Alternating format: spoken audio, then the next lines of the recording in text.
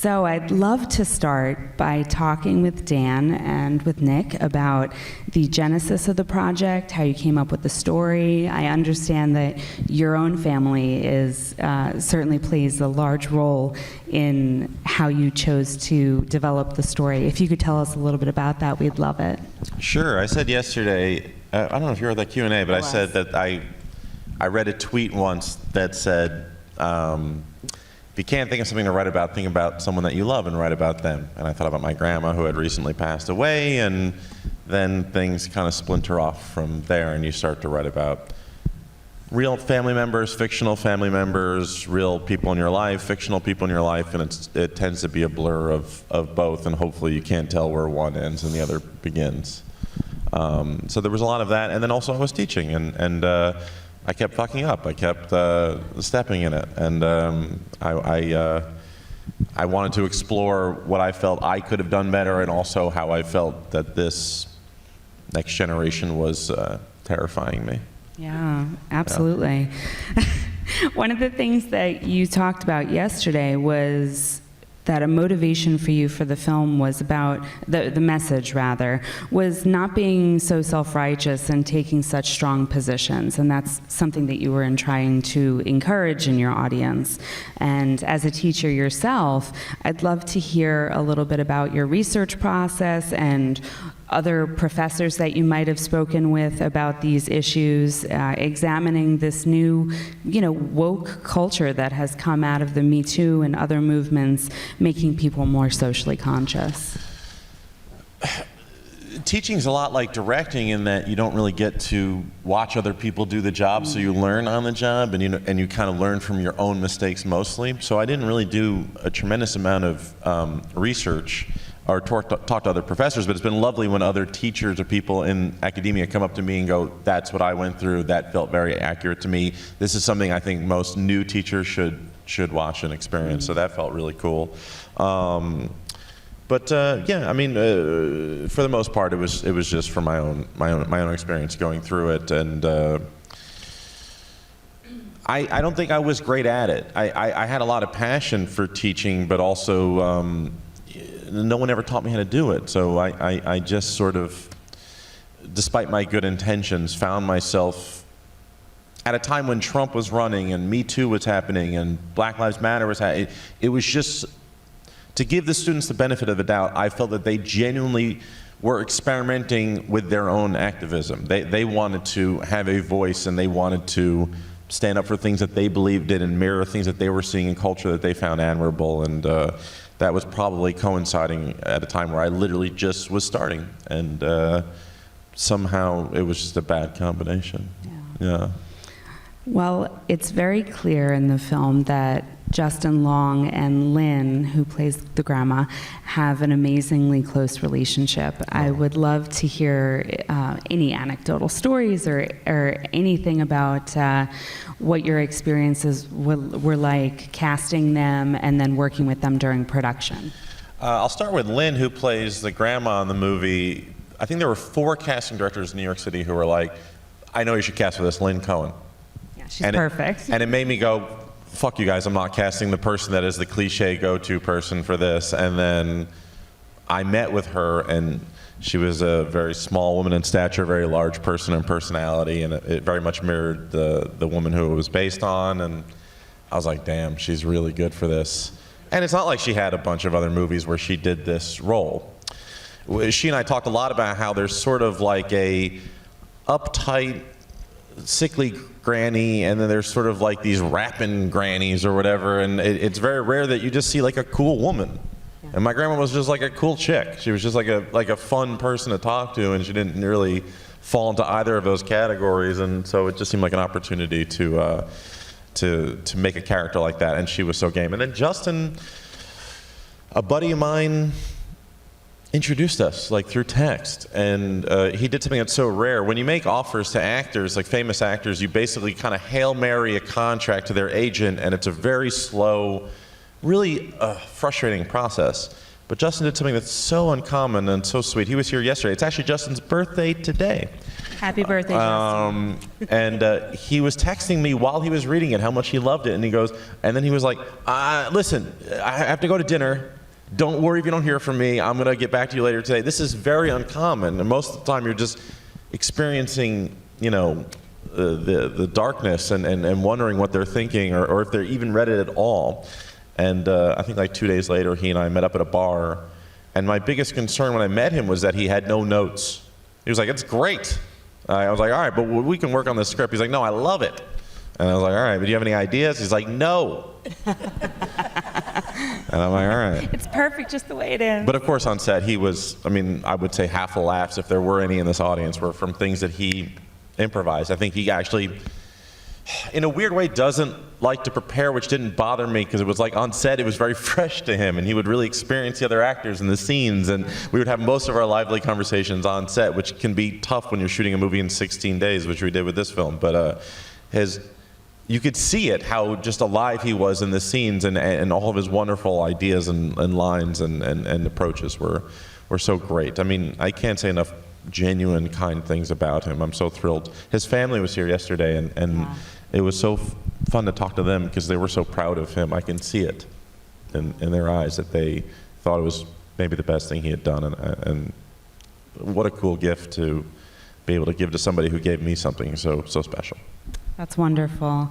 And while we're on the topic of family, there are so many complex family dynamics that are dealt with in this film in a really nuanced and sensitive way. Thank you.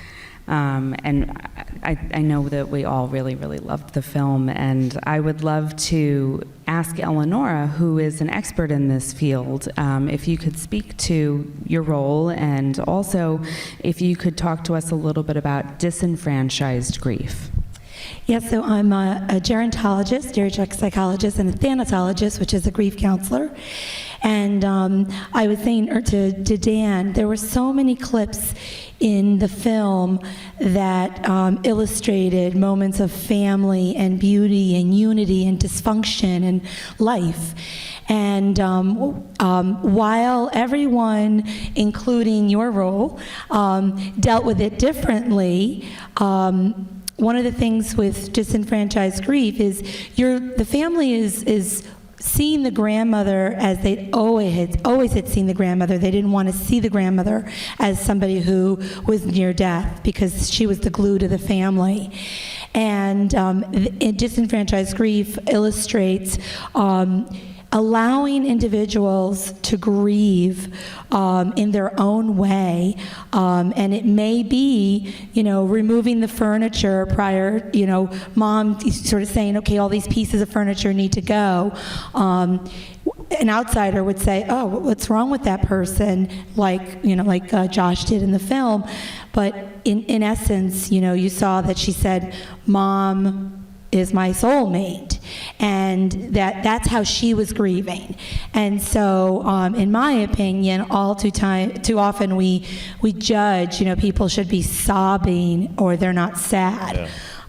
And that doesn't mean that they don't have the same love as the person who's having an anxiety attack and crying. It just means that they're handling their grief in their own way. And I thought that the film illustrated that in so many different scenes. In my world, in the healthcare world, it can be really helpful to train, healthcare professionals to say, there's a variety of ways the way people handle emotions, whether they've had therapy or not. Yeah. Thank you for that. Thank you. I agree. Yeah, look, I would sign. This is a very, almost to me, ideal death. I would sign up for it today. It was a week surrounded by family. There was loads of laughs. She was very lucid to the last moment.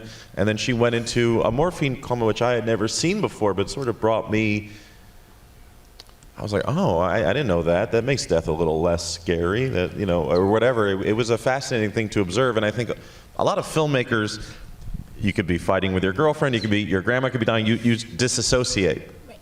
You're like, okay, I'm looking at this from the outside. This is an interesting scene in a movie. And then you're like, no, be present. Be there. But I couldn't help but think it was, dramatically compelling. And it's lovely to hear that you saw that in the film. Even with Nick's character, who was sort of a fictional hybrid of people, but it was meant to sort of be, I remember when my grandfather's passed away, I was a scared boy walking into the room. It wasn't like a man who was somewhat part of the process talking to doctors. It was like, that was really scary to see these strong grandfathers as like Brando and The Godfather with their messy, hair and their pallid skin. It was very intense. And my own grandmother recently was sick and was in the hospital, and it was right around the time the movie was premiering, and I really did feel like Alan does in the movie. I felt awkward and like I wasn't adding too much to the confusion and everything like that. But from the perception of sort of the healthcare world, I would say the conversations in the staff room, that grandson was very constant and there. So it's interesting, the different perceptions. One last thing I'll say about that, which is talking to Lynn Cohen, who played the grandma, she sort of gave me insight into what my grandma was thinking that week, things I wouldn't have thought of, because I was mostly transcribing or trying to capture her energy, but she was like, she's looking at all of you. She's like, he's going to be okay. I'm a little concerned about her. This one's got his stuff together. And it was very fascinating to hear what she would have been thinking as a grandmother, as a woman at that age, looking at her family, and it made me have a greater, sadder, deeper appreciation for what my grandma went through that week. That was great. Thank you, guys. I'd love to talk to Nick a little bit. Nick, you starred in the film, you worked on pre-production, and you helped edit. Please let us know what your experience was like working on this film. I think Dan was also your professor. Yes, so Dan was my professor at film school, and I heard he was making a movie, I guess it was 2 summers ago now, and I said I'd be available to be a production assistant if needed, and he reached out to me, and worked on pre-production, and then was lucky enough to be able to audition for the movie. Which was amazing, and acting with Justin and Lynn and Fran was who I didn't know who Fran Drescher was before the movie. I said, ask your mother, and she was so excited. And then sorry? And your grandmother. Oh, yeah. And then, I was lucky enough to be able to help out with the editing, so I basically got like a second film school from my experience on this movie, and now going to film festivals, so it's been a lot of fun. There really isn't another person who has been more involved with the movie, from writing to the shooting of it, and I think he always had his eye on Alan, and he was always an option. Where Nick made a wonderful film when he was my student, and you can see he had, on screen or in person, he has a very specific quality. He takes a character that perhaps isn't phenomenally well written, and he brings in a fully fleshed out persona, and you're like, I see who that dude is. Completely. Yeah. Thank you. One of my absolute favorite lines I heard was improvised, actually, by Justin Long, where he refers to you, Nick, as the Jewish Timothée Chalamet. That's correct. Which I thought was hysterical. Was there a lot of improvisation on set? Yeah, it's tricky. I mean, Kate Berlant, who plays the sister as well, I mean, they're brilliant. The two of them are brilliant improvisational actors. As I said, we shot the movie in a very brief amount of time, and we did some rehearsal. We kind of read through every scene, but they're on fire on set. That's where they come to life. Totally. And if they're doing something that works, you're like, for example, she does that thing where she goes, don't move. If you move, I will be mad at you. She only did it one time. She only did it one time in one take. Nick knows. He was the editor. He and I sing this song constantly to one another, as editors do. And there's no reverse of her going, whatever, there's nothing of that. So I had to cut to Justin because we had 2 cameras going, and so you have to capture lightning in a bottle very fast, or go, I love an improv you did in the first take or 2, can you now do this so when I turn the camera around or something? It's really tough, but I don't know, I would guess it's 70% scripted and then 30%. Why not? They're making it funnier and more delightful, and then, but then there are lines, I love when you quoted when she goes, that's my soulmate. My mother said that. My mother said, that's not my mother. And she paused, and the pause was probably less than a second, but to me I was like, all these thoughts were racing through my head. It's like, is that my aunt and you're my mom? What's going on? Like, and then she said, that's my soulmate. And Fran, in the very opening scene where she's like cleaning out the house, which you commented on yesterday, which is behavior that people do, I think also just to busy your hands and feel like you're doing something helpful and productive. She wanted to perform it very grief-stricken. And I'm like, no, you're fucking pissed at your fucking sister for not being here and helping. Exactly. You're not sad. But of course you're sad, but people don't process it that literally in that moment. And I think that's why That's My Soulmate comes as such a left hook, and it did to me when my mother actually said it, because it's just, oh, that's why you're behaving this way. Now I get you. Absolutely. Thank you guys so much. I would love to open it up to the audience for some questions, if you have any questions. Oh boy, this is gonna be rough. Yes, right there. Do you find it, I know that there's, with everything going on, do you feel that there's a lot of reversal now against men in forms, like obviously in work, but like in education? Do you think that it's sort of turning on them now, even the innocent ones, because everybody's so afraid? I'm not saying they're right or wrong, but I'm just curious. The answer is yes. I mean, it's not a cool answer. It doesn't make me feel good to say that, but yeah, I do feel that way, and it's kind of a bummer. For example, when I taught at his school, it was a school called SUNY Purchase, which is not far from here. There were a lot of signs around that students would put up, little pieces of paper that would say, where are the teachers of color? And it's a very valid question. That's what I have the young black woman saying in the class. She goes, I don't see myself mirrored by any fucking professor here, and of course on some level you're going to side with these kids and not see my perspective. And she was absolutely right.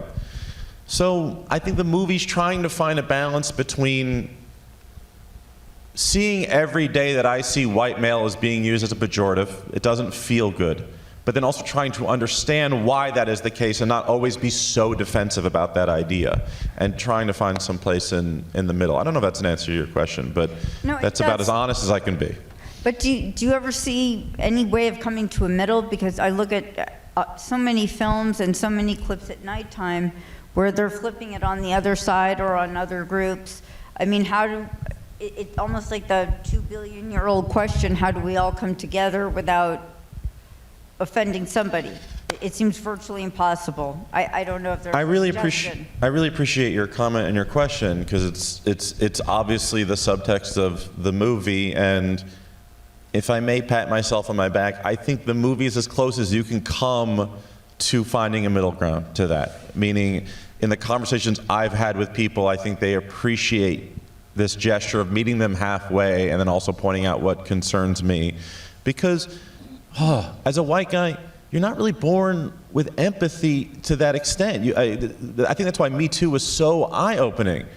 I was like, oh right, every woman I've ever been with has told me a monstrous story and I didn't do the math. And then you see everyone come at you. I mean, Twitter, as dysfunctional as it is, I learned so much when you hear about abortions being banned in Alabama. You're like, fuck dude, that sucks. But then you see women speak up and they go, no, this makes me feel so scared and threatened. You learn a lot from that. I do personally. And I find that growth can be addictive. You start to get a little high off of going, oh, yeah, I don't know why I used to be that way, and I can be better. And I've tried to get to that place. And all that other stuff, sure, it makes you a little nutty, but things will balance out. It's just an interesting time, I think, and I'm trying to be part of that conversation and not angry about it. All right, next question. Sure. Hello. First of all, I just want to say me too. And I found this movie an extreme catharsis for a lot of reasons, pretty much every single one. Wow. My question, towards the end of the movie, I think it was one of the last scenes, when they were having the meeting with the principal and everything, and the student said that she was not comfortable coming back to the class after that pregnant pause. Did you was that exactly what you were going for when you thought of it? Or did you have to, you weren't sure if she was going to feel comfortable or not? Because, you know, there's so many different feelings and emotions that go with that. So do you understand the question I'm trying to ask? I completely understand your question. I could talk about that scene all day. I'm enormously proud of it, actually. It was great. You know, people get emotional, from what I understand, when the grandmother dies, but that is the scene to me that I get very emotional about. It's a lot about, here is a very healthy conversation about very complicated ideas and an example of how people can listen and validate and communicate. There's a burden on both sides. If she went back to that class, I don't know what your feeling is about it, but a lot of people would be like, oh, what, you fucking solved PTSD and trauma? No, that wasn't my goal. I think, you know, I get so many compliments about that scene, but I never got it on the script. That actress does a lovely job delivering that monologue that she gives, and you can see it means something to her. She actually does this lovely thing where she starts like this, and in the dailies I noticed she just goes like this. She was so prepared for a fight. She'd probably been practicing it all day. Like, there's no way this guy's gonna give me what I need right now, but I'm gonna go in, say my piece, and leave the room or whatever. And it's so wonderful what she does. But her not going to the class, that has to be the answer. But my goal was not to solve her. Without going into too much detail, I had a student, I showed a film, she experienced some version of PTSD in my class. And I saw her, her skin would crawl being around me. It was so intense what she was going through, and it hurt me, but I knew it wasn't about me. And I wanted to, there are women who have had Me Too experiences who have said to me that just him validating her was something they never got in real life. And that's very meaningful to me, and something that I care about, and something that scene was meant to get across. But she can't go back to that class. That was a kind of a cool way to have my cake and eat it too, you know. Absolutely. Thank you very much for saying that. I think that was lovely. I just wanted to say that it made me feel validated, to be honest. So thank you for that. Thank you for that. Thank you for saying that. Yeah. Hi, I have a question for Eleonora. I work at Maplewood, we do, and in Norwalk, and I'm just so proud to see that Inspire is part of this film and that we're involved in it. I just think it makes me very proud.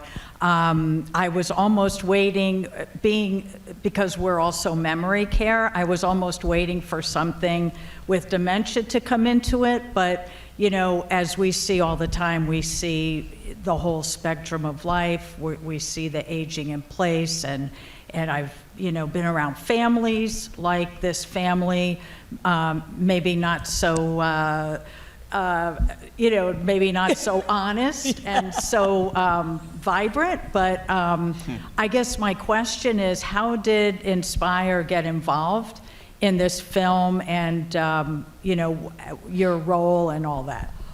Well, not with the film itself. As the CEO of the Alzheimer's Association, I did a lot of work with the Greenwich International Film Festival through a board member.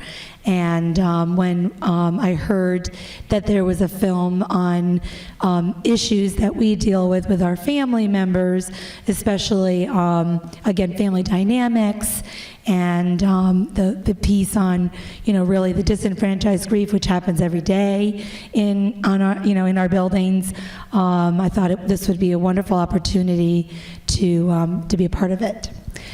So it's a wonderful organization, and they've been very busy the last week. We have time for one more question. In the back. Yes, looking for as a title of the movie, Safe Spaces, was it always kind of did that come after the movie? Or did it come as a central focus throughout the movie, where each of those themes were looking for a safe space, or trying to find a safe space? I don't know, just trying to Yeah, your thank thoughts. you. That's a good question. It was always the title, and I didn't want it to be. It's a very loaded phrase. Actually, if you just divorce it from its meaning or its place in popular culture, it's a lovely, warm phrase, which I like, safe spaces. My family, personally, to me, is a very safe space. They don't seem like they're going to leave me. I've given them plenty of reason, but we seem stuck with one another, and that's lovely. And then, of course, the school stuff, I think it's pretty self-evident why it's called that. But we had always tried to replace it, and we never could. We couldn't come up with anything better. I'm still mixed about it.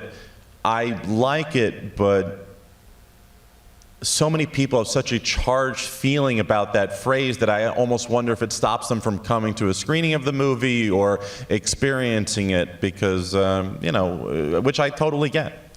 A buddy of mine, he made a movie called I'm Not a Hipster. It's a great movie. His name's Destin Cretton. And I remember he was like, people fucking hate hipsters. They don't want to see my movie.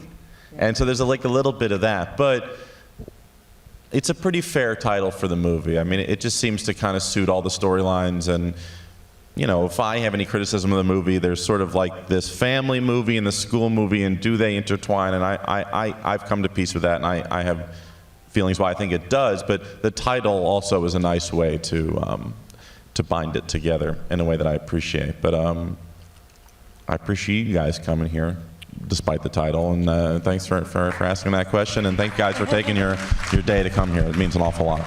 Thank you so much for being here, Thank Dan, you. Nick, and Eleanor. We appreciate your time. Thank you. Thanks, guys. Have a great night. day.